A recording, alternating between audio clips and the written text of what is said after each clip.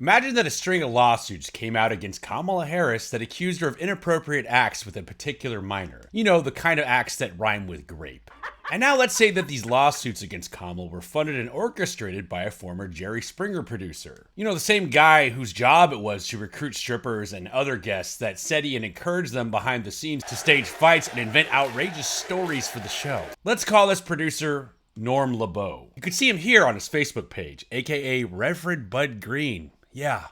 More on that later. Now, let's say that the same guy behind the lawsuits accusing Kamala also previously claimed to tabloids that he had sold drugs to O.J. Simpson the same day he murdered Nicole Brown, his ex-wife, under the name Ron X. Would you deem this guy behind these lawsuits against Kamala by Norm LeBeau as trustworthy? The obvious answer would be no. Well, these lawsuits weren't against Kamala Harris. These lawsuits were against former President Trump, and have all since been dropped. You may have heard the names Katie Johnson or Jane Doe, which were fake names given to the girl that were behind the grape accusations, and who was represented by a guy named Al Taylor, who had been revealed by TheGuardian.com to be actually Norm LeBeau. Using the fake name Al Taylor, Norm LeBeau shopped around different news outlets trying to sell a video of the victim, Katie Johnson, for $1 million that revealed the details of how Trump allegedly raped her. Al Taylor, who was really LeBeau, claimed to be a friend of the victim. Norm LeBeau was also involved in the documentary that alleged that Courtney Love had her then husband Kurt Cobain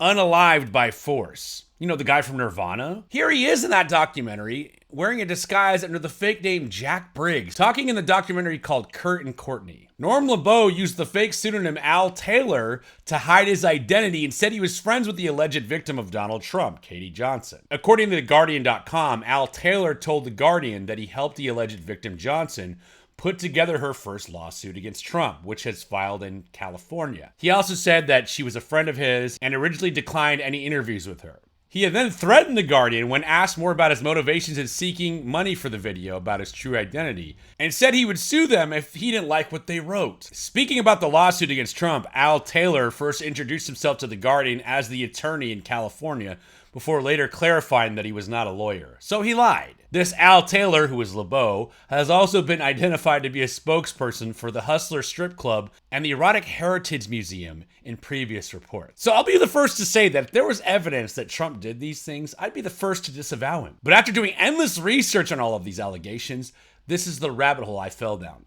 It's funny because I've never heard about this guy until now. But you're telling me that I should trust the thrown out or retracted lawsuits orchestrated by a guy who used fake names and everything he's been involved with, that was a producer on the Jerry Springer show, said he sold drugs to O.J. Simpson the same day of the murder, was behind and starred in the documentary that says Courtney Love killed Kurt Cobain, lied about being a lawyer for Katie Johnson, and the list goes on and on. How could I trust this guy? How come I haven't heard about this? I've heard the name Katie Johnson, Trump, and Epstein, but never this guy. Props to TheGuardian.com for good journalism.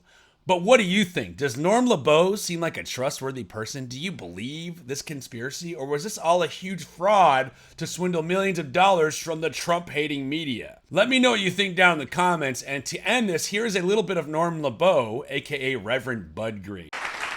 John, I'd like to show people the prayer that we do when we smoke the herb. I say, I want to thank the Lord for giving me the holy herb, which shows me the need for a revolution to overthrow right-wing rich pigs like George Bush and Dan Quayle. What's your final goal that you want to reach with your religion? We want total communism. True communism. Total communism! We believe, let me tell you something, we believe in real communism, more of like communalism. We want to live in communes.